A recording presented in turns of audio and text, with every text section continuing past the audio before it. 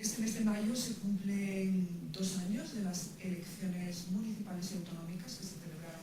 en 2023 y estamos con Antonio Sánchez, alcalde de Losar de la Vera, que conformó un nuevo equipo de gobierno en Losar precisamente hace 2 años. Gracias, Antonio, por recibirnos. Vamos a empezar con uno de los asuntos que abordasteis como prioritario cuando se conformó este nuevo equipo de gobierno en Losar de la Vera, que fueron los asuntos relacionados con la residencia de mayores. María Ángeles Bujanda, cuéntanos cómo abordasteis las problemáticas que acarreaba la residencia. En la residencia nos encontramos carencias tanto de tipo instalaciones, mobiliario, equipamientos, menaje de cocina, electrodomésticos, un poco de todo. Y fuimos poco a poco atajando lo que íbamos pudiendo acometer. Cuando llegamos había un problema todavía de las recientes obras que se habían terminado no hace mucho, con los baños geriátricos, que tenían la inclinación de los baños en lugar de hacia el sumidero, hacia afuera, el agua se salía de la habitación o salía a la habitación o al pasillo en lugar de al sumidero. Eso conseguimos que la empresa que había realizado la obra, que todavía estaba en periodo de garantía, se hicieran cargo y arreglaran los baños. Nos quedaron algunos otros problemas pendientes con la misma empresa que todavía a fecha de hoy siguen pendientes porque la empresa ha ido de mal en peor. Ya la planta que está a nivel de calle de la Ronda Sur tiene algunas deficiencias, de una arqueta que se inunda, del foso del ascensor que se inunda cuando llueve, porque hay una corriente subterránea con una bomba para aliviar el agua ese, pero que es insuficiente, se llega a inundar, se paraliza el ascensor. Cuando no funciona el ascensor no se puede hacer el movimiento de los residentes de una planta a otra, hay que subirlos o bajarlos a mano por parte de los auxiliares y la ayuda de los empleados del ayuntamiento, en fin. Entonces empezamos por arreglar los baños, arreglar la cúpula que estaba agujereada, empezar a comprar el mobiliario que faltaba, las camas geriátricas, dotación para la cocina, electrodomésticos nuevos, de lavadoras, secadoras, menaje de cocina. Lo que es primero, la residencia no tenía una directora y era bastante caótico el funcionamiento y los cuadrantes de personal. Los contratos eran muy cortos, de 2-3 meses, de las auxiliares de geriatría, lo que hacía que cuando los residentes estaban acostumbrando a una persona, le vencía el contrato y le venía otra nueva. Entonces empezamos a alargar la duración de los contratos de 3 a 6 meses. Luego los hemos ido pasando de 6 meses a 1 año, una parte, y ahora ya tenemos contratos de año en año y contratos de 6 meses, pero ya el contrato más corto actualmente es de 6 meses. Se hizo la contratación de una directora para organizar todo el funcionamiento, se compró una licencia y una aplicación de gestión de residencias, que es el ResiPlus, que se instaló para gestionar todo lo que es los cuadrantes, la medicación, todos los historiales de los pacientes, que antes llevaba todo en papel y a mano. Se instaló el aire acondicionado con un aparato que se trajo de San Morena al salón de abajo. Este verano, con una parte de las subvenciones que tenemos para equipamiento, se va a instalar el aire acondicionado en la planta alta también, en ambos extremos, el pasillo, para que todas las habitaciones y toda la planta alta quede climatizada también. El acondicionamiento del patio de calle, que antes los abuelos no podían ni salir a tomar el aire o a tomar el sol en invierno a la calle, acotamos una calle hallándola por ambos lados y dándole ahí, poner bancos para que puedan salir y tener una zona de expansión, que no estén todo el día metidos en el salón de la residencia. Y yo creo que el cambio en la residencia se ha constituido una asociación de familiares para velar también por la buena marcha de la residencia y los problemas, las quejas que pueda haber, que estén canalizadas a través de la asociación de familiares, con una junta directiva y una presidenta de la asociación. Podéis, es una información que se puede contrastar con los familiares, de la opinión que tienen los familiares de los residentes hoy a la que tenían hace 2 años, es como de la noche al día, de cómo se ha mejorado el servicio y la atención y las instalaciones y todas las condiciones de la residencia. pero sigue habiendo una deuda con una subvención que no se llegó a justificar. ¿Eso es correcto? Es correcto. La obra de la residencia, cuando se hizo la ampliación de pisos tutelados para hacer más habitaciones y poder hacerla residencia con válidos y sobre todo con asistidos, porque se han conservado los válidos históricos que estaban ahí cuando se cambió la residencia de pisos tutelados a residencia. Esos seguirán ahí mientras mientras vivan con plaza vitalicia, y a partir de ahí todos los nuevos que van entrando en la residencia se pide como mínimo el grado 2 de valoración del SEPAZ, que es el que te da derecho a la ayuda para residencia. Entonces hay dos tipos de plazas, las que están concertadas con el SEPAZ,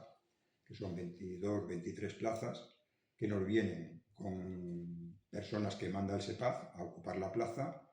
y que tiene que ver con otra cosa que también recientemente hubo un equívoco cuando se hizo una publicación de que la Junta nos estaba pagando la parte de las plazas públicas que ocupa el SEPAZ,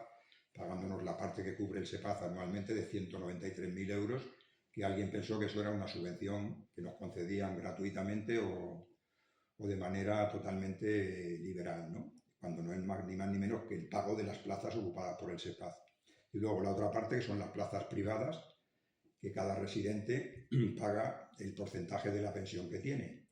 Lógicamente, con las pensiones de los autónomos de la agricultura, que son pensiones bajas,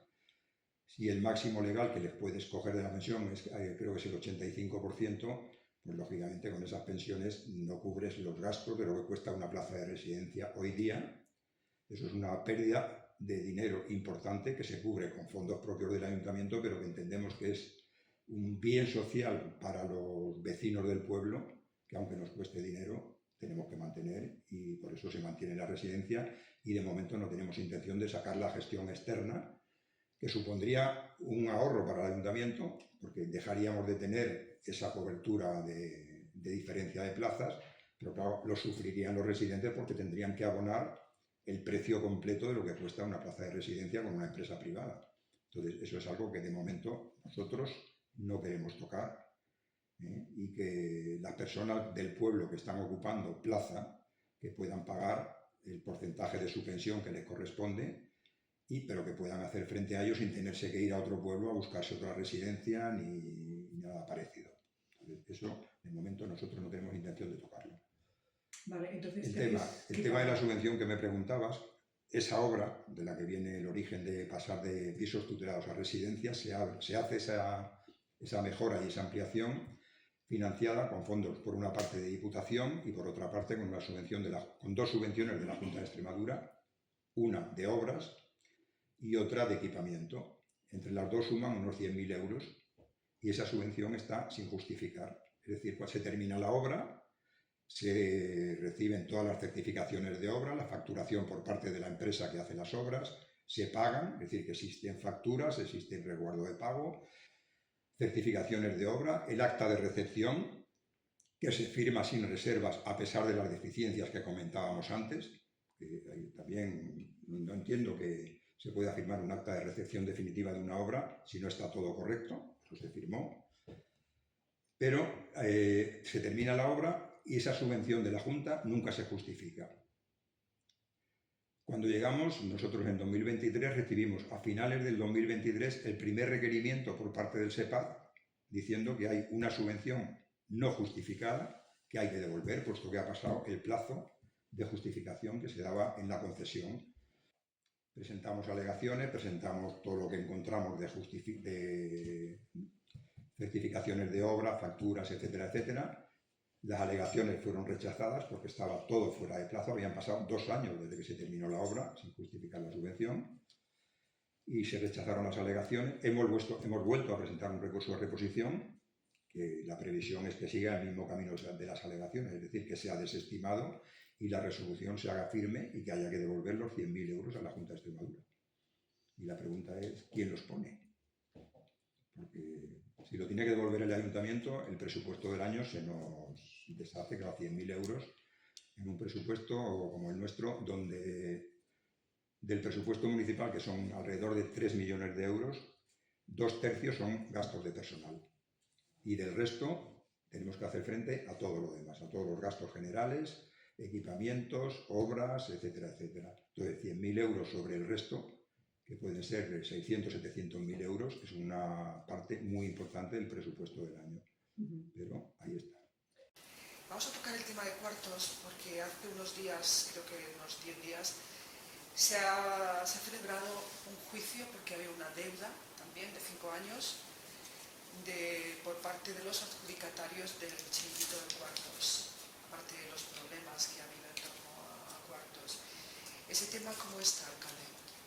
Pues actualmente está en el juzgado. Ha habido un juicio la semana pasada, creo que fue, hace 10 días como mucho, de reclamación de esa deuda. Es un contrato que iba de 2019 a 2024, permiso de cuartos. De esos 5 años, el arrendatario no pagó ni el primero, ni el segundo, ni el tercero, ni el cuarto, ni el quinto. Nada. Entonces, cuando llegamos también nos encontramos con eso. Hicimos una reclamación de deuda, porque antes de ir al juzgado, es no sé si obligatorio, pero sí conveniente hacer primero la reclamación de cantidad al arrendatario, sin éxito.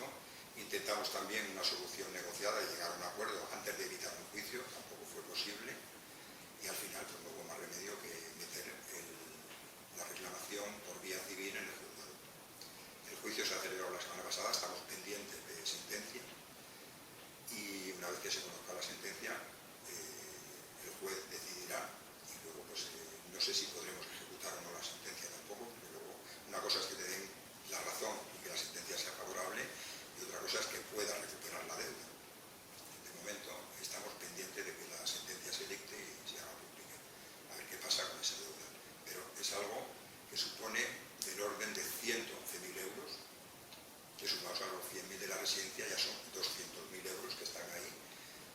unos de dinero que debía ingresar el ayuntamiento y que no ha ingresado, y otro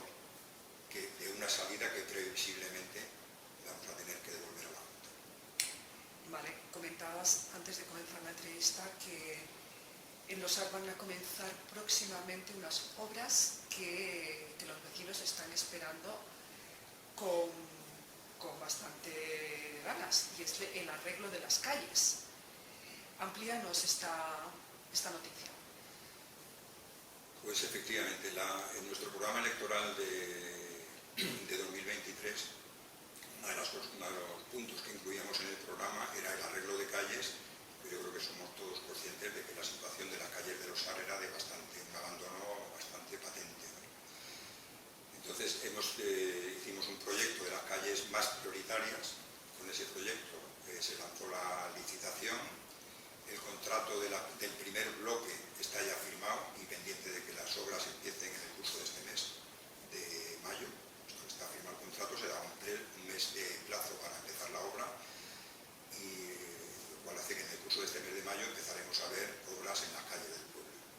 el primer paquete. Luego hay un paquete de otro lote de calles que irán en una segunda fase, que también está ya, digamos, tenemos el dinero de una segunda subvención apartado ahí para el segundo lote, que está en periodo de preparación el proyecto para hacer la licitación y la adjudicación de ese segundo lote, con lo cual, entre lo que queda de este año y la primera parte del año que viene, una buena parte de las calles más en peor estado actualmente, pues estarán reformadas. Del primer lote, por citar las más urgentes, empezaremos por la zona de la calle La Caucera y las calles aledañas, toda la bajada al cementerio de la calle Fuente Vieja hasta el cementerio, toda la cuesta del parque hasta la curva y hasta el cementerio y la explanada del cementerio, una buena parte de la Ronda Sur y algunas otras calles que ahora mismo no sabría decirte exactamente, pero vamos, que no son solo esas tres, hay varias más. Y luego vendrá en la segunda fase otro lote de otras calles que también están en el recorrido que hemos hecho de las prioritarias para esta primera parte de lote 1 y lote 2, se atenderán las más